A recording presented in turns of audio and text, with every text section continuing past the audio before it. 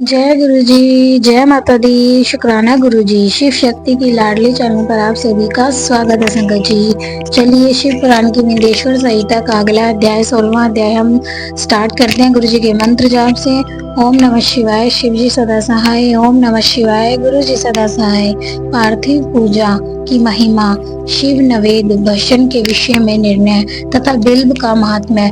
तदंतर ऋषियों के पूछने पर किस कामना की पूर्ति के लिए कितने पार्थिव लिंगों की पूजा करनी चाहिए, इस विषय का वर्णन करके सूत जी बोले, महर्षियों, पार्थिव लिंगों की पूजा को कोटि कोटि यज्ञों का फल देने वाली है। कलयुग में लोगों के दिए शिवलिंग पूजन जैसा श्रेष्ठ दिखाई देता है, वैसा दूसरा कोई साधन नहीं है। यह समस्त शास्त्रों का निश्चित सिद्धांत है। शिवलिंग भोग और मोक्ष देने वाला है। लिंग 3 प्रकार के कहे गए हैं, उत्तम, मध्यम और अधम। जो 4 अंगुल ऊंचा और देखने में सुंदर हो तथा वेदी से युक्त हो, उस शिवलिंग को शास्त्रीय महर्षियों ने उत्तम कहा है। उससे आधा मध्यम और उससे आधा अधम माना गया है। इस तरह 3 प्रकार के शिवलिंग कहे गए हैं जो उत्तरोत्तर श्रेष्ठ हैं। ब्राह्मण, क्षत्रिय, वैश्य, शूद्र अथवा विलोम सहकर कोई भी क्यों ना हो, वह अपने अधिकार के अनुसार वैदिक अथवा तांत्रिक मंत्र से सदा आदर पूर्वक शिवलिंग की पूजा करे। ब्राह्मणों, महर्षियों अधिक कहने से क्या लाभ? शिवलिंग का पूजन करने से में स्त्रियों का तथा अन्य लोगों का भी अधिकार है। द्विजों के लिए वैदिक पद्धति से ही शिवलिंग की पूजा करना श्रेष्ठ है, परंतु अन्य लोगों के लिए वैदिक मार्ग से पूजा करने की सम्मति नहीं है। वेदज्ञ द्विजों का वैदिक मार्ग से ही पूजन करना चाहिए, अन्य मार्ग से नहीं। यह भगवान शिव का कथन है।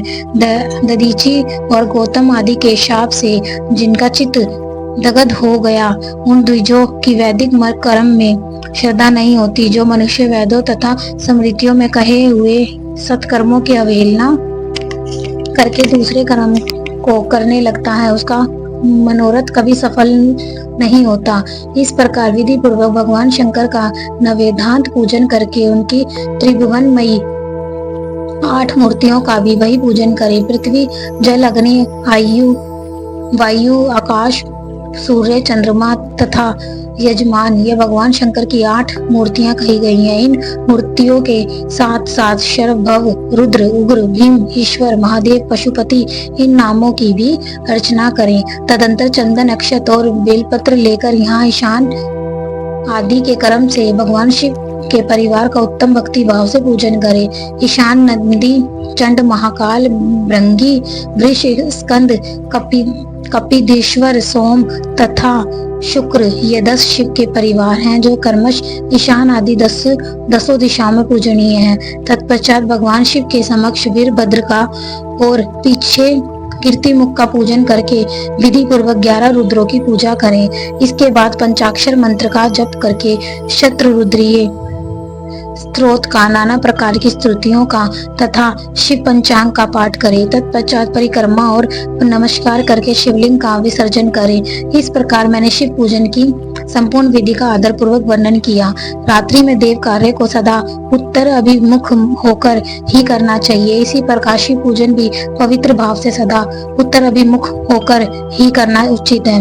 जहाँ शिवलिंग स्थापित हो उससे पूर्व दिशा का आश्रय लेकर नहीं बैठना या खड़ा होना चाहिए, क्योंकि वह दिशा भगवान शिव के आगे या सामने पड़ती है। इष्ट देव का सामना रोकना ठीक नहीं। शिवलिंग से उत्तर दिशा में भी ना बैठे, क्योंकि उधर भगवान शंकर का वामांग, जिसमें शक्ति स्वरूपा देवी उमा विराजमान है। पूजक को शिवलिंग से पश्चिम दिशा में भी नहीं बैठना चाहिए, क्योंकि यह आराध्य देव का शिष्ट भाग है। पीछे की ओर से पूजा करना उचित नहीं है।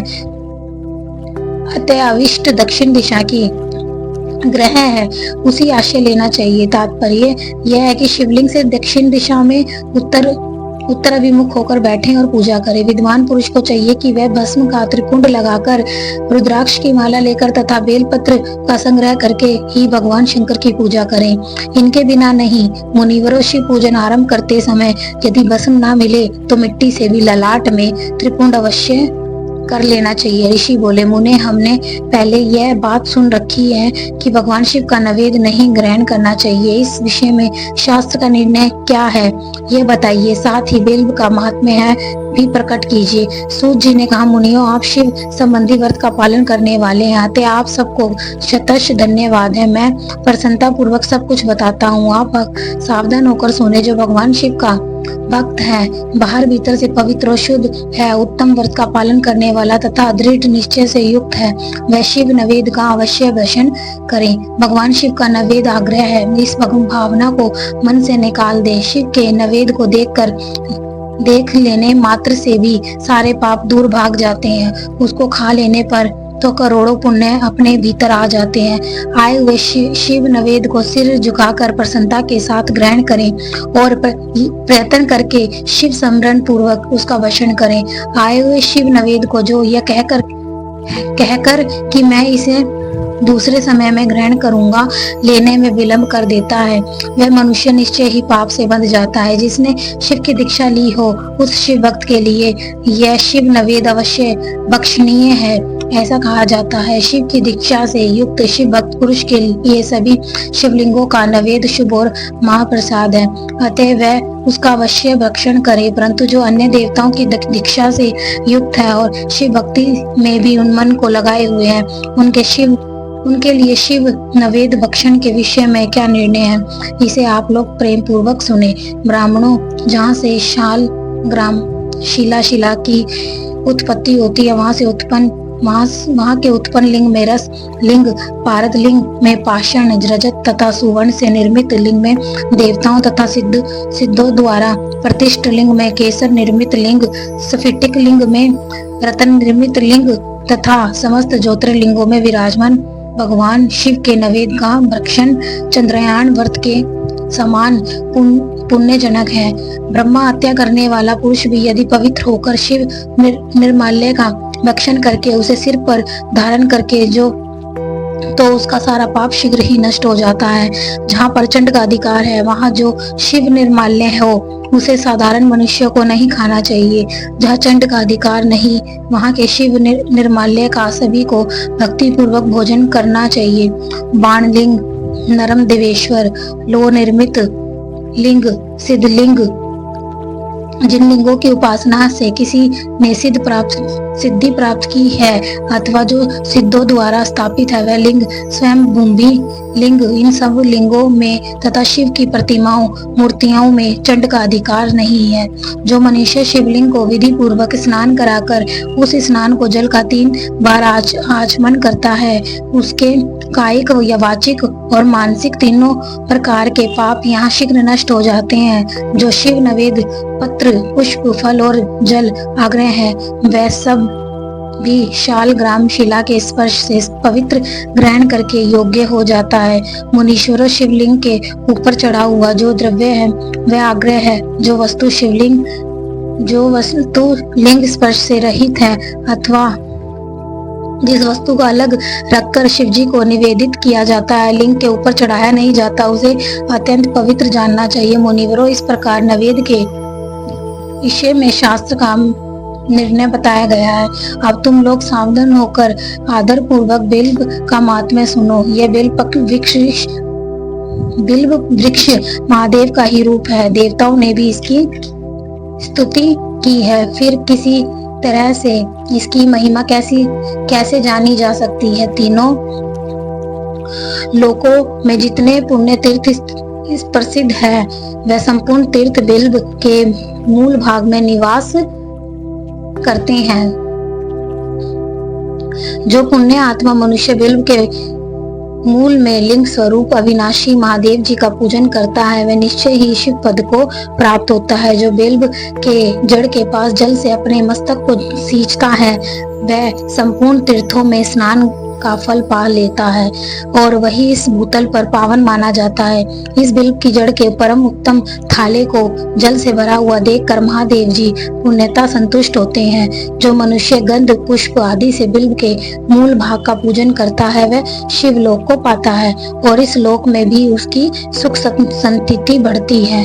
जो बिल्व की जड़ के समीप आदर पूर्वक दीपावली जलाकर रखता है वह तत्व ज्ञान से संपन्न हो भगवान महेश्वर में मिल जाता है। जो बिल्व की शाखा थाम कर हाथ से उसके नए नए पल्लव उतारता और उनसे उस बिल्व की पूजा करता है वह सब पापों से मुक्त हो जाता है। जो बिल्व की जड़ से समीप भगवान शिव में अनुराग रखने वाले एक भक्त को भी भक्ति पूर्वक भोजन कराता है उसे कोटि गुना पुण्य प्राप्त होता है। जो बिल्व की जड़ के पास शिव भक्त को खीर और घृत से युक्त अन्न देता है वह कभी भी दरिद्र नहीं होता। ब्राह्मणों, इस प्रकार मैंने सांगोपांग शिवलिंग पूजन का वर्णन किया। यह पर्वती मार्गी तथा निर्वती मार्गी पूजकों के भेद से दो प्रकार का होता है। पर्वती मार्गी लोगों के लिए पीठ पूजा इस भूतल पर संपूर्ण अभिष्ट वस्तुओं को देने वाली होती है। पर्वत पुरुष सुपात्र गुरु आदि के द्वारा ही सारी पूजा संपन्न करें और अभिषेक के अंत में अग्रहणी के चावल से बना हुआ नैवेद्य निवेदन करें। पूजा के अंत में शिवलिंग को शुद्ध सपुट में विराजमान करके घर के भीतर कहीं अलग रख दे। निर्वती मार्गी उपासकों के लिए हाथ पर ही शिव पूजन का विधान है। उन्हें भिक्षा आदि से प्राप्त हुए अपने भोजन को ही नैवेद्य रूप में निवेदित कर देना चाहिए। निर्वित पुरुषों के लिए सूक्ष्म लिंग ही श्रेष्ठ बताया गया है। वह विभूति से पूजन करें और विभूति को ही नैवेद्य रूप से निवेदित भी करें। पूजा करके उस लिंग को सदा अपने मस्तक पर धारण करें। चलिए संगत जी, 16वां अध्याय यही समाप्त होता है। अगला अध्याय अगली वीडियो में, तो इसको पूरा अंत तक सुनना। पार्थिव लिंग की इसमें महिमा बताई गई है कि पार्थिव लिंग की पूजा कैसे करनी चाहिए। तो चलिए गुरुजी, शुक्राना गुरुजी।